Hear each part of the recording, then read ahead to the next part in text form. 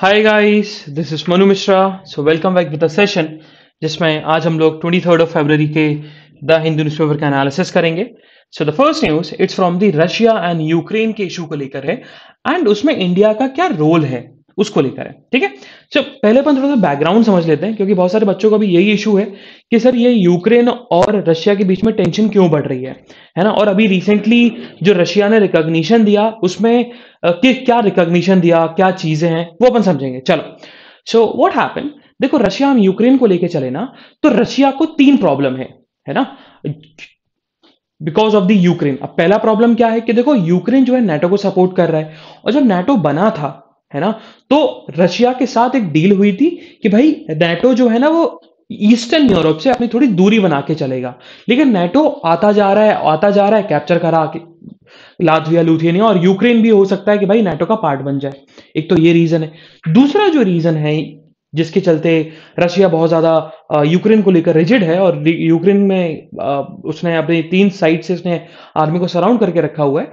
It's about the Crimea को लेकर है कि क्रीमिया में जो उसका इन्वॉल्वमेंट है वो खत्म हो जाएगा अगर नाटो का प्रेजेंस आया तो। और तीसरा और मोस्ट इंपॉर्टेंट थिंग है वो है ब्लैक सी को लेकर कि रशिया का अभी बहुत बड़ा रोल है आपका ब्लैक सी के अंदर है ना। तो अगर जैसे ही नाटो का प्रेजेंस बढ़ा ईस्टर्न यूरोप में तो फिर क्या होगा, उनकी सिक्योरिटी कंसर्न्स भी हैं, उसके साथ साथ ब्लैक सी में जो उनका डोमिनेंस है वो कम हो जाएगा। Because of these reasons Russia Ukraine को लेकर बहुत ज्यादा बहुत ज्यादा बेसिकली अभी यू रशिया और यूक्रेन के टेंशन बढ़ चुके हैं। अब कल हुआ क्या, कल नहीं वैसे हुआ तो परसों है, डे फॉर यस्टरडे, बट हमको ये कल पता लगा because of the international news है, चेंज होते रहते हैं टाइमिंग इसी के चलते। सो डॉनबास रीजन है, तो डॉनबास रीजन जैसे कि इंडिया में सदर्न रीजन है, इंडिया में वेस्टर्न रीजन है, तो वैसे ही एक रीजन है डॉनबास रीजन। अब डॉनबास रीजन देखा जाए तो यूक्रेन के ईस्टर्न साइड में है ना। और वहां पर दो जगह हैं, जैसे बोल सकते हैं इंडिया में स्टेट्स हैं तो वैसे यूक्रेन में दो स्टेट्स हैं and the name of the state is Donetsk and Luhansk. अब डोनेत्स्क और लुहांस्क को रशिया ने रिकॉग्निशन दे दिया। अब रिकॉग्निशन का मतलब क्या है, देखो जैसे कि अभी अफगानिस्तान में बात करें तो अफगानिस्तान में रिकॉग्निशन किसको मिल रखी थी, सिविलियन गवर्नमेंट को रिकॉग्निशन मिल रखी थी। हामिद करजाई प्रेसिडेंट थे, उनको रिकॉग्नाइज कर रखा था कि वो अफगानिस्तान के प्रेसिडेंट है। लेकिन जैसे ही तालिबान को टेक ओवर किया, जैसे ही तालिबान ने टेक ओवर किया, तालिबान को किसी ने रिकॉग्नाइज नहीं किया कि तालिबान इस देश की गवर्नमेंट है, अफगानिस्तान देश की गवर्नमेंट है। तो वैसे ही डोनेत्स्क एंड लुहांस्क में थोड़े से रेबल ग्रुप्स हैं जो यूक्रेन का पार्ट नहीं बनना चाहते, वो चाहते हैं कि हम लोग एक अलग कंट्री बने, है ना। तो रशिया ने उनको रिकॉग्नाइज कर दिया कि भैया हम आपको रिकॉग्नाइज करते हैं कि you are the government of Luhansk and this one Luhansk national party and Luhansk national party को हम रिकॉग्नाइज करते हैं एज ए गवर्नमेंट कि ये दोनों गवर्नमेंट जो है वो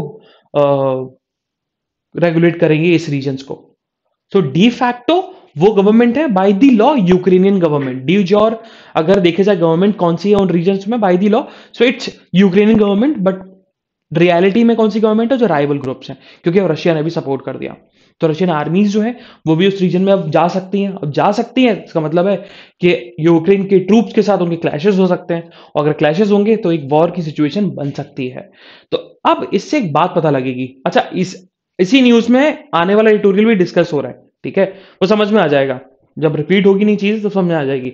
अब इसी चीज से एक चीज और क्लियर होती है कि रशिया जो हमेशा से बात कर रहा था कि मिन्स एग्रीमेंट पर हम लोग बात करें, मिन्स एग्रीमेंट पर एग्री करके हम दोनों कंट्रीज डीएस्केलेट करें सिचुएशन को, अब वो मिन्स एग्रीमेंट को नहीं मानने वाला। क्यों? क्योंकि मिन्स एग्रीमेंट में यही बात लिखी हुई थी कि रशिया यूक्रेन के इंटरनल मैटर्स में इन्वॉल्व नहीं होगा, but now Russia has given recognition to the आपका to the Donbas region of Ukraine.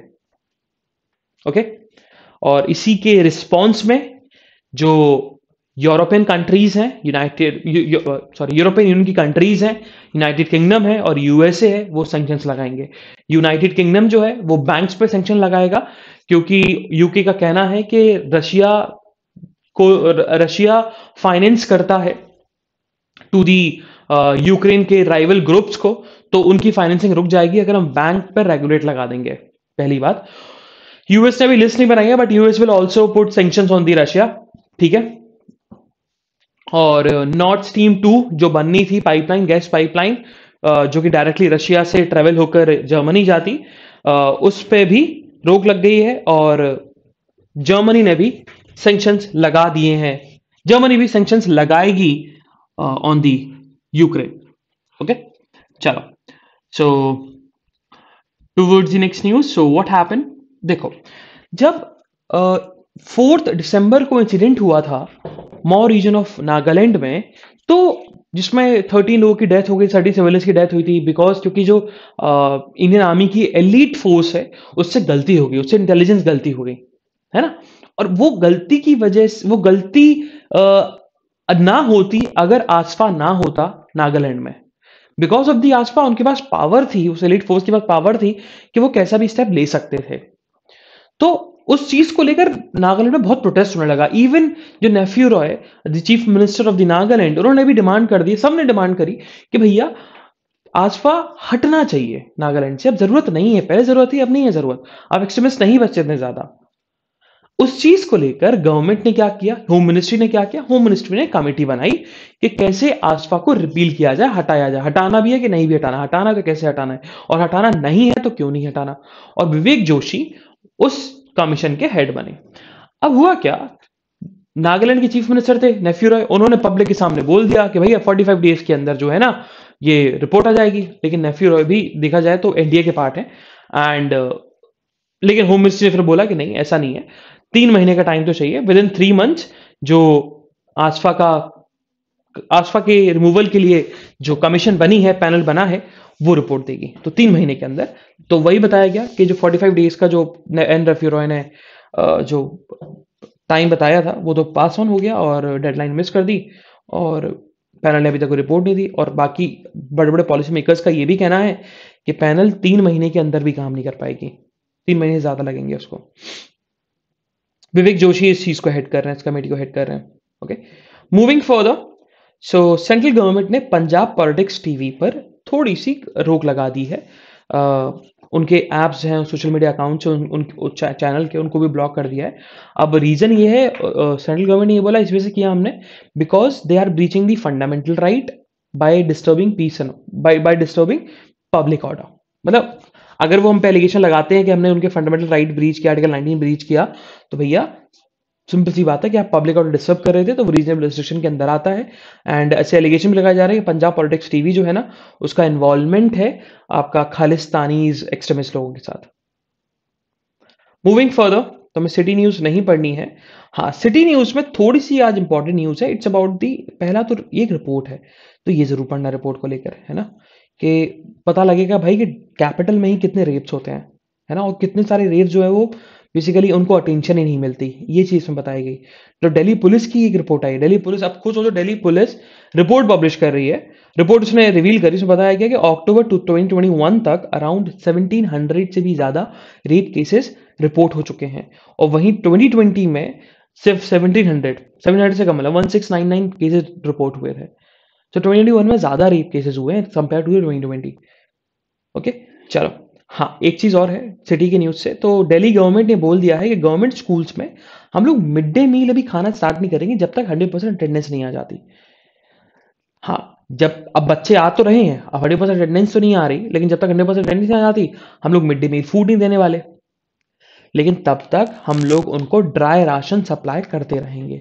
जैसे ही 100% अटेंडेंस आएगी गवर्नमेंट स्कूल्स में, हम लोग जो ड्राई राशन की सप्लाई है उस पर स्टॉपेज लगाएंगे और मिड डे मील की तरह उनको मील्स सप्लाई करने वाले हैं। अब इसको पॉलिसीज मेकर्स और जो अपोजिशन है, इसने बहुत इस चीज का बहुत क्रिटिसाइज किया कि भैया आप ऐसे कैसे कर सकते हो, जो बच्चे आ रहे हैं उनको तो आप मिड डे मील फूड दो, they are also entitled to get hot and nutritious food. अगर आप उनके घर में राशन पहुंचा रहे हो तो जरूरी थोड़ी ना है उनको वो मिल ही रहा है ना। तो इसी चीज को लेकर गवर्नमेंट का, दिल्ली गवर्नमेंट का ये स्टैंड है। मूविंग फर्दर, सो दिल्ली हाईकोर्ट एक बहुत बड़ी बात, बहुत अच्छी बात बोली है। उन्होंने बोला है कि जो बैरिकेड्स लगे होते हैं रोड्स पर, है ना, बिना किसी पर्पस के, बस ऐसी एक समय लगाना था, अब वो सड़क के साइड में खड़े हुए हैं या फिर आधे लगे हुए हैं।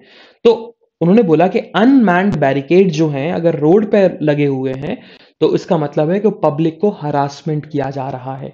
That's what Delhi high court had stated in their findings कि भैया अगर जो वो बैरिकेड्स कोई पर्पस फुलफिल नहीं कर रहे तो वो हरासमेंट हो रहा है पब्लिक के ऊपर। ये चीज उन्होंने क्लियरली बोल दी है।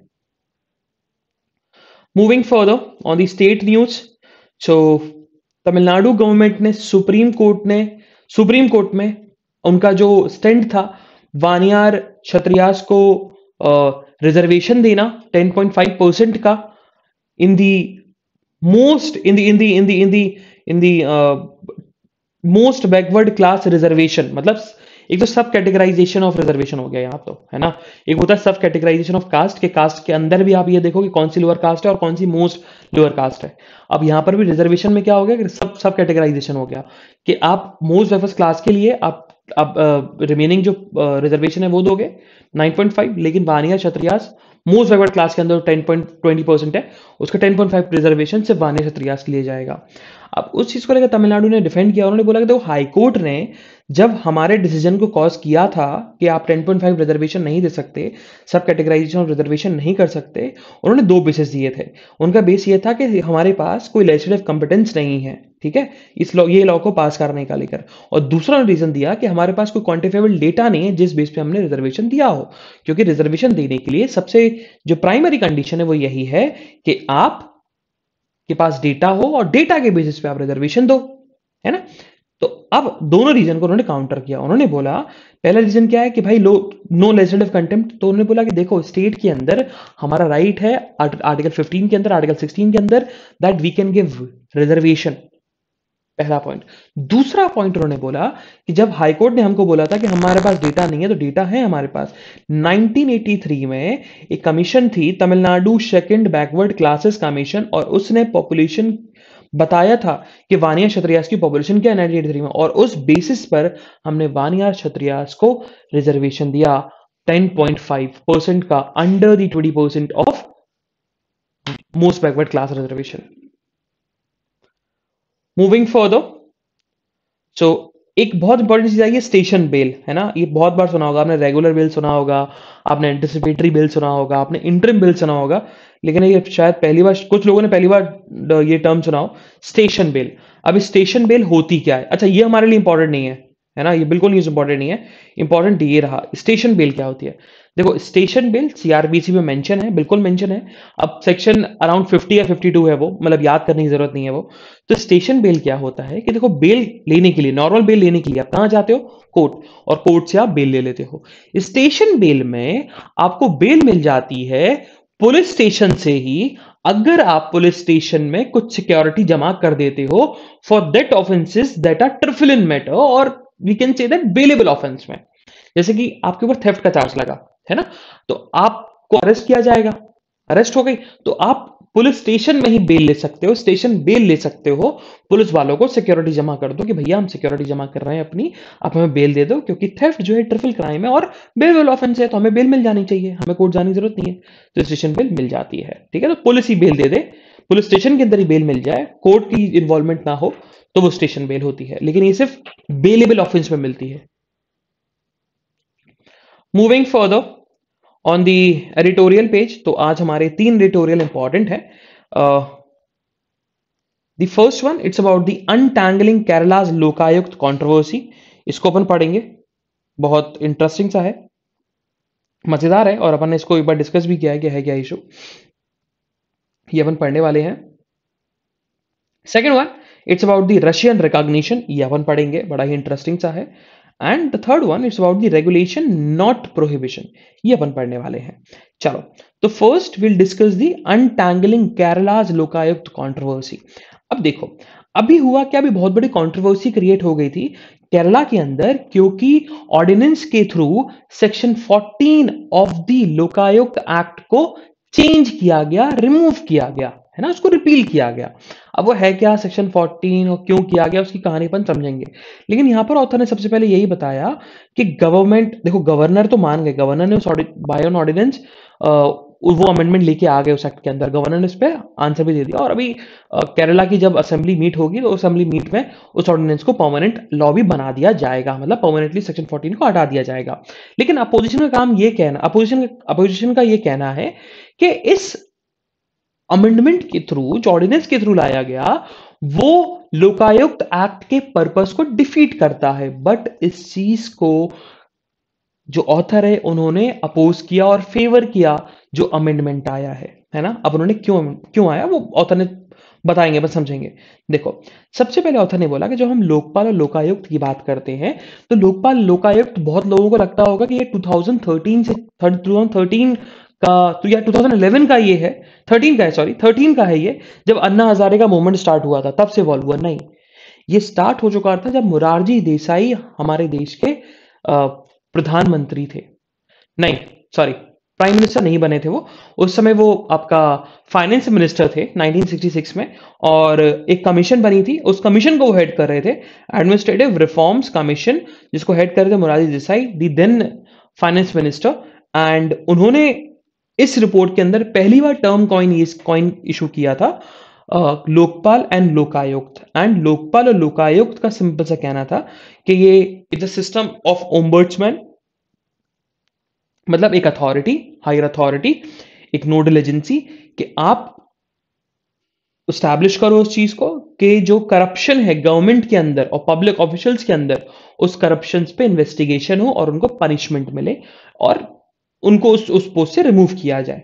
और इस चीज ऐसे ही लेकर पहली बार लोकपाल बिल पास किया गया 1988 में, बट वो पास नहीं हो पाया और लोकसभा डिसॉल्व हो गई। ठीक है, और देखा जाए फिर आफ्टर 45 इयर्स फाइनली लोकपाल और लोकायुक्त पास किए गए from the parliament in the year 2013 after the Anna Hazare movement.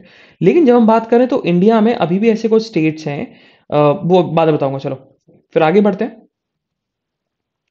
अच्छा, इंडिया में ऑलरेडी दो स्टेट्स हैं, सुन लो, इंडिया में दो ऑलरेडी और दो स्टेट्स हैं, जैसे कि महाराष्ट्र है और केरला है। तो ये ऑलरेडी 20th सेंचुरी में भी इनके पास लोकायुक्त एक्ट था।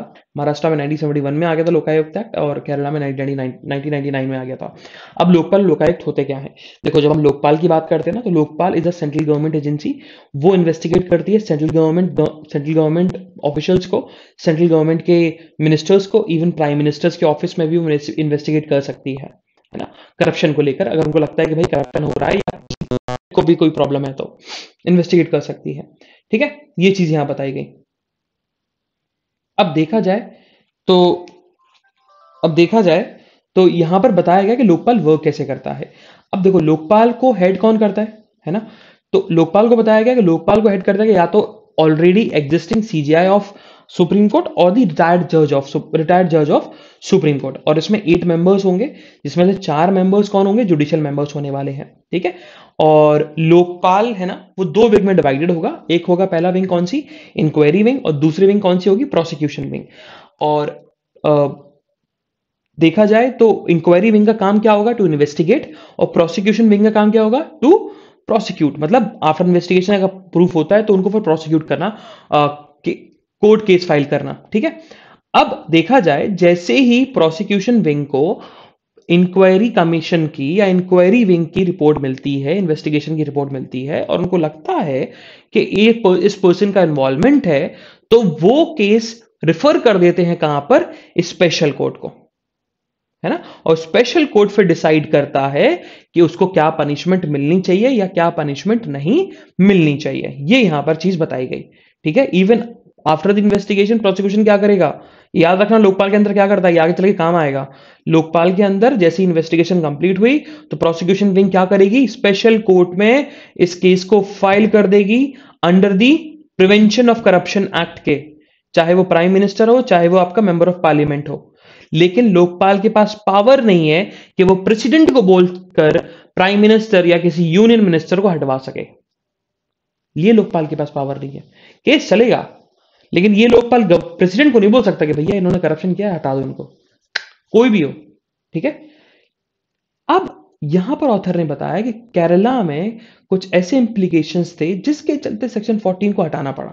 अब सेक्शन 14 बोलता क्या था? देखो, सेक्शन 40 सेज कि अगर आफ्टर द इन्वेस्टिगेशन या बिफोर द इन्वेस्टिगेशन, जैसे ही अगर पता लगा, केस फाइल हुआ, अगर लोकायुक्त को सेटिस्फाई होता है कि जो पब्लिक सर्वेंट के अगेंस्ट कंप्लेंट फाइल हुई है, और पब्लिक सर्वेंट का मतलब even member of the legislative assembly, state government का मिनिस्टर, इवन चीफ मिनिस्टर, है ना, अगर उसको लगता है तो फिर उसको वो पोस्ट होल्ड करने का कोई भी उनके उसके पास कोई भी तरीका नहीं बचता, और उसको उस पोस्ट से सस्पेंड कर दिया जाता है।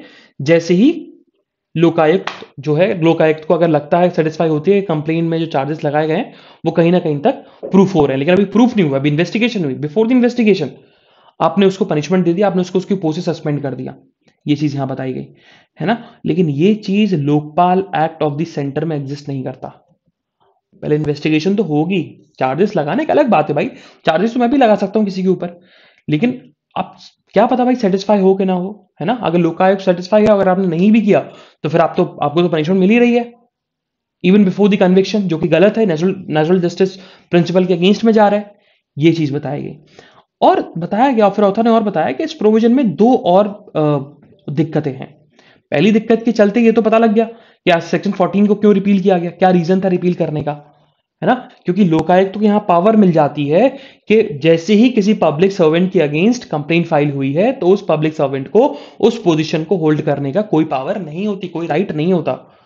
इवन उसके ऊपर चार्जेस जो है वो चाहे फॉल्स हो या फ्रॉड हो, बस लोकायुक्त सेटिस्फाई होना चाहिए, फिर बाद में इन्वेस्टिगेशन होगी, फिर बाद में केस फाइल होगा, है ना। लेकिन अभी दो और इश्यूज हैं इस स्टेट लॉ के अंदर। पहला इशू क्या बताया गया, पहला इशू बताया गया कि इन्वेस्टिगेटिंग बॉडी जो है, कोई उनके पास लीगल अथॉरिटी नहीं है कि वो किसी पब्लिक सर्वेंट को बोल सके रिजाइन करने के लिए on the basis of their finding. आपने इन्वेस्टिगेशन की, सेक्शन 14 के आपने इन्वेस्टिगेशन करी, और इन्वेस्टिगेशन करने के बाद आप रिपोर्ट ही तो दोगे, लेकिन उस रिपोर्ट के बेसिस पे आप उस किसी को पोस्ट से निकाल नहीं सकते। वो फाइंडिंग कोर्ट के पास जाएगी, कोर्ट डिसाइड करेगा कि भाई ये फाइंडिंग के बेस पे उसको निकालना है कि नहीं निकालना है, उसको क्या पनिशमेंट देनी है, ये चीज बताई गई, है ना। और फिर आगे बताया गया कि लोकपाल लोकपाल के अंदर क्या होता है, जैसी फाइंडिंग मिलती है उसके बाद स्पेशल कोर्ट में केस फाइल होता है, उसके बाद वो स्पेशल कोर्ट डिसाइड करता है कि उस पोस्ट को पोस्ट से निकालना है कि नहीं निकालना। लेकिन लोकायुक्त में डायरेक्टली क्या है, रिपोर्ट मिली, अगर पता लगा, फाइंडिंग हुई, निकाल दिया। ये चीज के चलते सेक्शन 14 को रिपील किया गया, ठीक है, यहां पर ऑथर ने बताया। दूसरा जो प्रॉब्लम थी इसी के अंदर वो क्या था कि देखो, चीफ मिनिस्टर्स और मिनिस्टर्स ऑफ दी जो वो हैं, मिनिस्टर्स जो ऑफिस होल्ड करते हैं, कैबिनेट मिनिस्टर्स या नॉर्मल मिनिस्टर्स भी, स्टेट मिनिस्टर्स, वो किसके प्लेजर पे होल्ड करते हैं, आपके गवर्नर के, है ना। चीफ मिनिस्टर बोलता है कि भैया इसको ये मिनिस्टर बना दो, बना देता है, तो governor act on the advice of the council of ministers, यहां बोल सकते हैं, है ना। ये कहां लिखा हुआ है, आर्टिकल 164 के अंदर लिखा हुआ है। और सरकारी कमीशन ने ये मान लिया था, ये सरकारी कमीशन सजेस्ट किया था कि गवर्नर जो है ना, चीफ मिनिस्टर को हटा नहीं सकता अगर उसके पास असेंबली में मेजॉरिटी हो। ये सरकारी कमीशन ने मान लिया था, इस चीज को सुप्रीम कोर्ट ने भी माना है कि अगर किसी पर्सन के पास, चीफ मिनिस्टर के पास अगर असेंबली में मेजॉरिटी है तो आप उसको निकाल नहीं सकते। हाँ, फिर वो अलग तरीका है कि उसको member of parliament, member of legislative assembly बनने से रोक सकते हो, एमएलए बनने से रोक सकते हो, अगर उसके ऊपर क्रिमिनल चार्जेस लगे हुए हो और क्रिमिनल चार्जेस के अंदर वो कन्विक्टेड हो, जिसकी इम्प्रिजनमेंट 2 साल से ज्यादा हो, तब, जो कि फिर रिप्रेजेंटेटिव पीपल एक्ट 1951 के तहत उसको हटा दिया जाएगा। लेकिन अगर किसी चीफ मिनिस्टर के पास मेजॉरिटी है तो उसको हटा नहीं सकते कोई भी केस में। लेकिन इस एक्ट के अंदर, लोकायुक्त एक्ट 1999 के अंदर, केरला लोकायुक्त 1999 के अंदर, यहां पर तो लोकायुक्त जो है गवर्नर को बोल सकता है चीफ मिनिस्टर को निकालने के लिए। तो ये तो पूरा कॉन्स्टिट्यूशन को अगेंस्ट में जा रहा है, कॉन्स्टिट्यूशन को ब्रीच कर रहा है, अल्ट्रा वायरस है ये तो, और कॉन्स्टिट्यूशन के बियॉन्ड कोई भी एक्ट काम नहीं कर सकता, है ना। तो ये चीज यहां पर ऑथर ने बताया, because of this reason, these reasons, section 14 जो है लोकायुक्त एक्ट 1999 का, केरला का, उसके चलते हमें इस चीज को रिपील करना पड़ा बाय एन ऑर्डिनेंस। ओके, अब और भी बताया कि कुछ प्रोविजंस और भी हैं जो थोड़े से अभी इस पर डिस्कस करने की जरूरत है। पहला क्या है कि इस केरला लोकायुक्त एक्ट 1999 के अंदर पब्लिक ऑफिसर की डेफिनेशन में, पब्लिक सर्वेंट की डेफिनेशन में, पॉलिटिकल पार्टीज के जो ऑफर बेयरर हैं वो भी आते हैं, मतलब जिला अध्यक्ष, मान के चलो बीजेपी का कोई जिला अध्यक्ष है या बीजेपी का प्रेसिडेंट है, वो भी पब्लिक सर्वेंट के एम्बिट में आएगा under the Kerala Lokayukta act. लेकिन ऐसा लोकपाल में नहीं है। लोकपाल में जो डेफिनेशन है पब्लिक सर्वेंट की, वो something related to the government है ना, उससे रिलेटेड है। अब कोई इंडिपेंडेंट पार्टी का ऑफिस बेयरर वो इन्वॉल्व नहीं होगा, वो पब्लिक सर्वेंट की डेफिनेशन में नहीं आएगा। तो ये यहां पर ऑथर ने ये चीज बताई गई, ठीक है। और एक और प्रॉब्लमेटिक जो थोड़ा सा सेक्शन है वो है सेक्शन 12। अब सेक्शन 12 क्या बोलता है? सेक्शन 12 सेज कि Lokayukta shall on the allegation of corruption being sustained send the finding along with the recommendation of action to the competent authority। मतलब जैसे ही लोकायुक्त को पता लगा, लोकायुक्त की इन्वेस्टिगेशन हुई, तो लोकायुक्त रिकमेंड भी करता है कि आप क्या पनिशमेंट दोगे। लेकिन ऐसा लोकपाल एक्ट के अंदर नहीं है, सेंटर के लॉ के अंदर नहीं है। यहां पर आप सिर्फ फाइंडिंग दोते, आपका काम है सिर्फ इन्वेस्टिगेट करना। आपका यह काम नहीं है कि आप हमें डायरेक्शन दो कि क्या पनिशमेंट देनी चाहिए स्पेशल कोर्ट को या किसी कंपेटेंट अथॉरिटी को। But under this section 12 Lokayukta के पास ये पावर है कि वो रिकमेंड कर सकता है कंपेटेंट अथॉरिटीज को कि भाई आप क्या पनिशमेंट देना चाहिए आपको। तो ये रिकमेंडेशन वाली पावर भी गलत है, ऐसा नहीं होना चाहिए। फिर लास्ट में ऑथर ने यही लिखा है कि केरला का जो लोकायुक्त एक्ट है उसको री एग्जामिन करने की जरूरत है एंड उसको लोकपाल एक्ट मतलब सेंटर के लोकपाल एक्ट पे लाने की जरूरत है। जैसे सेंटर का लोकपाल एक्ट है वैसे ही आप केरला का लोकायुक्त एक्ट बनाइए। ये चीज यहां पर ऑथर ने बोला। Moving further towards the next editorial that's about the Russian recognition. तो भाई ये तो पता ही है, अपन ने आधा डिस्कस उधर ही कर लिया। वही बताया गया कि भाई फाइनली फॉर्मल रिकॉग्निशन दे दिया गया to the Donbas region of eastern Ukraine, जिसमें दो रीजन्स आते हैं डॉन्स्टेक एंड लुहांस्क, है ना। और दोनों में क्या है, दोनों में anti Ukrainian government rival groups है। उन दोनों को रिकॉग्निशन मिल गया, मतलब उन दोनों को बोल दिया कि भाई आप गवर्नमेंट हो, आप ही हो सही government according to the Russia, ठीक है। ये चीज यहां पर बताई गई। अब जिससे ये सिग्नल मिलता है कि भाई रशिया जो है वो मिन्स एग्रीमेंट में अब कोई भी इंटरेस्ट नहीं रखता। क्यों? क्योंकि मिन्स एग्रीमेंट में लिखा हुआ था कि रशिया जो है ना वो यूक्रेन के इंटरनल मैटर्स में इंटरफेयर नहीं करेगा। लेकिन अब रशिया ने कर दिया, इसका मतलब यह है कि रशिया का अब इंटरेस्ट नहीं है मिन्स एग्रीमेंट में, अब डायरेक्टली फेस टू फेस बात करने वाला है। अब ये तो पता लग गया है, ये तो क्लियर साइन दे दिया है रशिया ने कि भाई जब तक नेटो बैठकर सीरियस नेगोशिएशन नहीं कर लेता रशिया के साथ, तब तक रशिया जो है वो यूक्रेन को लेकर सॉफ्ट नहीं होने वाला। ये चीज उन्होंने बोल दी है। अब न्यू दिल्ली को लेकर, इंडिया को लेकर क्या प्रॉब्लम है? इंडिया को देखो, इंडिया को थोड़ी प्रॉब्लम हो सकती है क्योंकि इंडिया ने यूनाइटेड नेशन सिक्योरिटी काउंसिल में डिप्लोमेटिक स्टैंड लिया। उन्होंने तो बोला कि भाई डीएस्केलेट कर दो। तो इनडायरेक्टली देखा जाए तो कहीं ना कहीं वो रशिया पे अपना सॉफ्टनेस दिखा रहा है। अब वो सॉफ्टनेस की वजह से हम बोल सकते हैं कि वहीं जो यूएस के अलाइज हैं उन्होंने तो सेंक्शन लगाना स्टार्ट कर दिया, बट इंडिया ने सेंक्शन लगाने का कभी ना बोला है ना सेंक्शन लगाएगी, ये तो क्लियर है ना, क्योंकि दोनों से लड़ाई नहीं कर सकती वो। और अभी S-400 डिफेंस सिस्टम मिसाइल्स आना बाकी हैं अभी, और यूएस में अभी भी वेटिंग पेंडिंग पड़ी हुई है कि काटसा लगना है इंडिया के ऊपर कि नहीं लगना। अगर S-400 मिसाइल खरीदी इंडिया ने रशिया की से, तो अब हो सकता है चांस कि यूएस जो है वो काटसा लगा दे। तो इंडिया के लिए थोड़ी प्रॉब्लमैटिक है, इंडिया को यहाँ पर डिप्लोमेसी दिखाने की जरूरत है और ऐसे स्टेप लेने की जरूरत है कि उसके साथ रशिया के साथ भी और यूएस साथ भी उसके रिलेशन जो है वो खराब ना हो। Moving further towards the next editorial that's about the regulation not prohibition. देखो अब यहां पर यही बताया गया कि अभी जो कर्नाटका हाईकोर्ट का वर्डिक्ट आया था on the 14th of February, जिसमें उन्होंने कर्नाटका पुलिस अमेंडमेंट एक्ट 2021 में कुछ प्रोविजन को स्टेप डाउन किया गया जो कि ऑनलाइन गेमिंग से रिलेटेड थे, उस चीज को बोला गया। ऑथर ने बोला कि देखो अगर हम बात करें तो Madras high court, Kerala high court and now Karnataka high court ने सुप्रीम कोर्ट के जुरिस्प्रूडेंस को रिअफर्म किया है अबाउट दी कि there is a distinction between game of skill and game of chance and the latter मतलब game of chance will be illegitimate business activities अगर उसमें पैसा इन्वॉल्व कर रहे हो तो, है ना। हाँ, आप गेम ऑफ स्किल में पैसा लगा सकते हो, गेम ऑफ चांस में पैसा नहीं लगा सकते। अब इस चीज को सुप्रीम कोर्ट ने बहुत पहले बोल दिया था, 1950s में बोल दिया था। एक केस हुआ था चमार बागवाला केस, है ना, state of Bombay versus RMD चमार बागवाला वर्सेस आरएनडी चमार बागवाला वर्सेस यूनियन ऑफ इंडिया। और इन दोनों केस जो कि यही केस है, बाद में जब फिर से जब रिवीजन होती है तब उसके बाद केस उल्टा पड़ जाता है, केस के नाम उल्टे ऊपर नीचे हो जाते हैं। उसमें कोर्ट ने हेल्ड किया था कि देखो, हर गेम में, है ना, हर गेम में स्किल और चांस इन्वॉल्व होता है, लेकिन अगर किसी गेम में स्किल डोमिनेटिंग फैक्टर है तो फिर उस गेम को गेम ऑफ स्किल माना जाएगा, और किसी गेम में अगर चांस डोमिनेटिंग है तो वो उसको गेम ऑफ चांस माना जाएगा। तो इसी चीज को लेकर उन्होंने बोला था कि गैम्बलिंग में गेम ऑफ स्किल वैलिड होगा, but game of chance valid नहीं होने वाला, उस पर आप गैम्बल नहीं कर सकते। जिसके चलते रमी हो गया और बहुत सारे जो फैंटेसी स्पोर्ट्स हो गई, उनको सुप्रीम कोर्ट ने वे टू गो बोल दिया कि भैया आप कर सकते हो, because that's a game of आपका स्किल, नॉट ऑफ चांस। ठीक है, लेकिन बहुत सारी स्टेट गवर्नमेंट ने गैम्बलिंग एक्ट बना दिए, और कहीं पर भी उन्होंने एक्ट में ये बात नहीं की गई कि देयर विल बी कि ऑनलाइन गेमिंग में डिस्टिंक्शन होगा गेम ऑफ स्किल को लेकर और गेम ऑफ चांस को लेकर। ठीक है, तो इससे पता लगता है कि भाई ऐसा क्यों है, ऐसा क्यों करा जा रहा है।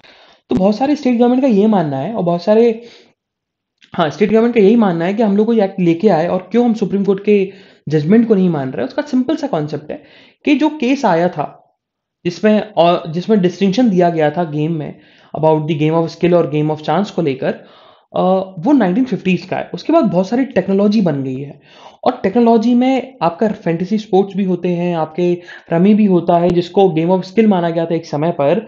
वो अब by using the online gaming, by using the technology, उसको गेम ऑफ चांस ज्यादा बन चुका है, ना कि गेम ऑफ स्किल। ये चीज यहां पर बोली। लेकिन ऑथर ने फिर यही बोला है कि देखो, ऐसा नहीं, ऐसा मत करो, और ये सेक्टर बहुत अच्छा सेक्टर है, ये इसमें बहुत सारे एम्प्लॉयमेंट अपन दे सकते हैं, बहुत सारी चीजें इसमें अपन जनरेट कर सकते हैं। तो state government bluntly online gaming पे बैन ना लगाए, है ना। ये चीज यहां पर बोली गई। और सुप्रीम कोर्ट के जजमेंट को मानो, जब सुप्रीम कोर्ट जजमेंट दे रहा है, हाई कोर्ट जजमेंट दे रहा है, तो उसके जजमेंट को मानने की जरूरत है। और फिर आगे ऑथर ने यही लिखा है कि ऑनलाइन गेमिंग इंडस्ट्री ने भी अर्ज किया है to the respective state government कि आप हमारे सेक्टर को सही तरीके से रेगुलेट करें, एक प्रॉपर पॉलिसी स्ट्रक्चर बनाइए, प्रॉपर पॉलिसी बनाइए, और उस पॉलिसी को लेके आओ, और चेक एंड बैलेंस रखो हमारे ऊपर। आप ब्लैंकेट बैन लगाओगे तो वो आर्बिट्री हो जाएगा, है ना। और आर्बिट्री के साथ साथ इलीगल फिर गेम्स स्टार्ट हो जाएंगे।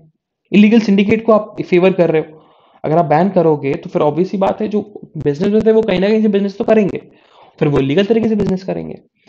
फिर आगे ऑथर ने बताया कि देखा जाए कि इसमें अभी रिफॉर्म्स, इस सेक्टर्स में रिफॉर्म की बहुत ज़्यादा ज़रूरत है, क्योंकि इवन यूनियन बजट ने भी अनाउंस किया है कि एनिमेशन, विजुअल इफेक्ट, गेमिंग और कॉमिक्स प्रमोशंस में हम लोग टास्क फोर्स सेटअप करने वाले हैं, है ना। तो गवर्नमेंट बहुत सीरियस है, और अ, उनका उनका सिंपल सा काम है कि वो लोग अभी एक पॉलिसी सही तरीके से फ्रेम करें इस सेक्टर के अंदर, क्योंकि ये सेक्टर जो है ना, ये इसमें बहुत ज़्यादा इन्वेस्टमेंट है, बहुत ज़्यादा इमेंस इन्वेस्टमेंट आएगा इसमें।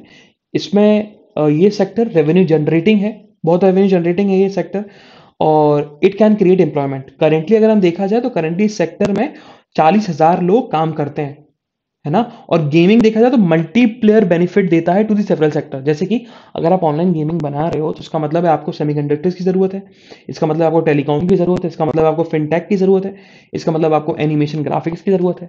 तो इन सेक्टर्स को भी बूस्टअप मिलेगा अगर हमने इस सेक्टर में सही तरीके से पॉलिसी बना ली तो। ठीक है, फिर ऑथर ने बताया कि देखा जाए तो एक रीजन बता रहा हूं कि सेक्टर को हमें सपोर्ट करना चाहिए, क्योंकि लास्ट 5 इयर्स में ऑनलाइन गेमिंग सेक्टर के अंदर इंडिया में 1700 मिलियन डॉलर्स का इन्वेस्टमेंट आ चुका है इस सेक्टर के अंदर। तो ये इंडिया के मैक्रो इकोनॉमिक और डेमोग्राफिक इंडिकेटर्स के लिए बहुत ज्यादा बेनिफिट करता है। इकोनॉमिकल जो है, डेमोग्राफिक इफेक्ट भी इसमें दिखता है। ठीक है, सो इसी चीज को लेकर ऑथर ने यही बोला है कि ये सेक्टर और गवर्नमेंट दोनों को काम करने की जरूरत है कि एक प्रॉपर पॉलिसी स्ट्रक्चर बनाया जाए on the light of on the light touch of regulation and not prohibition, कि आप रेगुलेट करो ना कि प्रोहिबिट करो। Moving further on the national use, so S Jaishankar अभी फ्रांस में है, और फ्रांस में उनकी ministerial forum for cooperation in Indo Pacific in Paris में जो मीटिंग थी उसको वो अटेंड करने गए। तो देखो, जब अटेंड करने जा रहे थे उनका मेन फोकस तो यही था कि इंडो पैसिफिक रीजन को लेकर, लेकिन जैसे ही पहुंचे पता लगा कि रशिया ने रिकॉग्नाइज कर दिया यूक्रेन की ईस्टर्न पार्ट्स को। तो इस फोरम में ज्यादा महत्व रशिया और यूक्रेन के क्राइसिस को दिया गया, ना कि इंडो पैसिफिक रीजन को। मूविंग फर्दर, सो इंडिया ने अपना पहला बैच भेज दिया है अफगानिस्तान में एज अ एड, क्योंकि इंडिया ने एड इसलिए भेजी क्योंकि यूएन ने अर्ज किया था, यूनाइटेड नेशन ने अर्ज किया था कि भाई हमें अभी ह्यूमैनिटेरियन एड देने की बहुत ज़्यादा ज़रूरत है आपकी अफगानिस्तान में। ये चीज़ यहाँ बोली गई और उन्होंने बोला है कि उन्होंने अराउंड 50 ट्रक्स भेजे हैं वीट के टू दी अफगानिस्तान, और अभी देखा जाए तो 50,000 ट्रक्स और जाने हैं। एक 50,000 टन टोटल वीट जाना है, मतलब 2500 चला जा चुका है। Okay, moving further, so Jammu and Kashmir को डिलिमिटेशन के लिए कमीशन जो बनी है उसकी हेड का नाम लिख लेना, Ranjana Prakash Desai, the head of the commission. उनको 2 महीने का एक्सटेंशन और मिल गया। ऑलरेडी उन्हें 2 साल टाइम हो चुका है, लेकिन अब 2 महीने का और एक्सटेंशन मिल चुका है because due to some covid reason, और पहले नेशनल कॉन्फ्रेंस इन्वॉल्व नहीं हो रही थी, एनसी इन्वॉल्व नहीं हो रही थी डिलिमिटेशन कमीशन में, लेकिन अब इन्वॉल्व हो गई। सो इसी चीज को लेकर अभी 2 महीने का और एक्सटेंशन मिल गया टू दी कमीशन, जो कि काम कर रही है जम्मू एंड कश्मीर के डिलिमिटेशन को लेकर। और रिकमेंडेशन तो उन्हें दे दी है सेंट्रल गवर्नमेंट को, सेंट्रल गवर्नमेंट को मानने की जरूरत है। एक तो ये कश्मीर रीजन में एक अलग टेरिटरी बनेगी, SC ST को लेकर सीट रिजर्व की जाएंगी, है ना, और आपका जम्मू में आपकी 6 सीट्स को बढ़ाने की बात की जा रही है, 5 सीट्स को, सॉरी 6 या 5 ऐसा कुछ है। मूविंग फर्दर, तो ये पूरा इलेक्शन से रिलेटेड है, बिल्कुल नहीं पढ़ना है हमको, है ना। So on the again on the national news, so what happened, तो आज सुप्रीम कोर्ट जो है कि बोर्ड एग्जाम ऑफलाइन कराने चाहिए, उसकी प्ली आज सुनेगा, वो आज की प्ली सुनने वाला है। Moving further, so on the देखा जाए तो पीएम केयर स्कीम के अंडर ऑर्फिन्स को बेनिफिट जो दिया जा रहा था, कि अब वो स्कीम क्या थी, पीएम केयर फंड के अंदर वो स्कीम थी कि जो बच्चों में एजुकेशन गैप आया है बिकॉज दे बिकेम ऑर्फिन, मतलब उन्होंने सिंगल पेरेंट खो दिया या अपना लोन सर्वाइविंग पेरेंट खो दिया या दोनों पेरेंट खो दिए, तो उसमें उसके उस स्कीम के एम्बेट में आ जाएंगे। एंड जो एजुकेशन गैप में फंडिंग होगी वो लोग फिलअप करने वाले हैं। उनको मंथली स्टाइपेंड मिलेगा जब तक वो 18 के पार नहीं कर जाते, और 20 इयर्स जैसे ही कंप्लीट करेंगे उनको लमसम 10 लाख रुपए का बेनिफिट दिया जाएगा, अमाउंट दिया जाएगा। Okay, and Smriti Irani, child and women's empowerment minister जो है स्मृति ईरानी, उन्होंने सिंपल सी बात बोली है कि जो हमारा अम्ब्रेला स्कीम है चाइल्ड वेलफेयर को लेकर, मिशन वत्सलय, मिशन वत्सालय, उसमें 390% का हाइक देखने को मिला है, ये चीज बताया गया है ना। जो 2013-2014 में 300 करोड़ रुपए इन्वेस्ट किए जाते थे चाइल्ड वेलफेयर स्कीम्स में, आज 1472 करोड़ रुपीस इन्वेस्ट किए जाते हैं चिल्ड्रन वेलफेयर को लेकर। Moving further on the world news, so Russia ने फाइनली सैंक्शंस लगा दिए हैं व्लादिमीर पुतिन के। रशिया को सैंक्शन फेस करने पड़ेंगे जैसे ही व्लादिमीर पुतिन ने ईस्टर्न यूरोप के रीजन को रिकॉग्नाइज किया। एंड जर्मनी ने भी सस्पेंड कर दिया north two stream gas pipeline. और वहीं डॉनस्टेक रीजन में तो ऑलरेडी व्लादिमीर पुतिन को लेकर बहुत ज़्यादा वो है, और रशिया के जो फ्लैग्स हैं वो वेव ऑफ हो रहे थे, तो हो भी सकता है कि डॉनस्टेक रीजन जो है वो रशिया का पार्ट बन जाए, है ना, उस पर कैप्चर कर ले आप। और यूएस ने टर्म दिया है कि भाई ये जो रशिया ने ट्रूप्स डिप्लॉय किए हैं ना इन द ईस्टर्न यूक्रेन, ये इन्वेजन स्टार्ट हो चुका है। मूविंग फर्दर, बिजनेस न्यूज में ऐसी कुछ न्यूज नहीं है जो हमारे एग्जामिनेशन पर्सपेक्टिव के लिए इंपॉर्टेंट हो। सेम गोज विद दी आपका sports news. So this is the analysis of today's newspaper. हम लोग कल फिर मिलेंगे with some exciting news, exciting current affairs. तब तक के लिए bye bye, have fun and enjoy your day. Bye bye guys.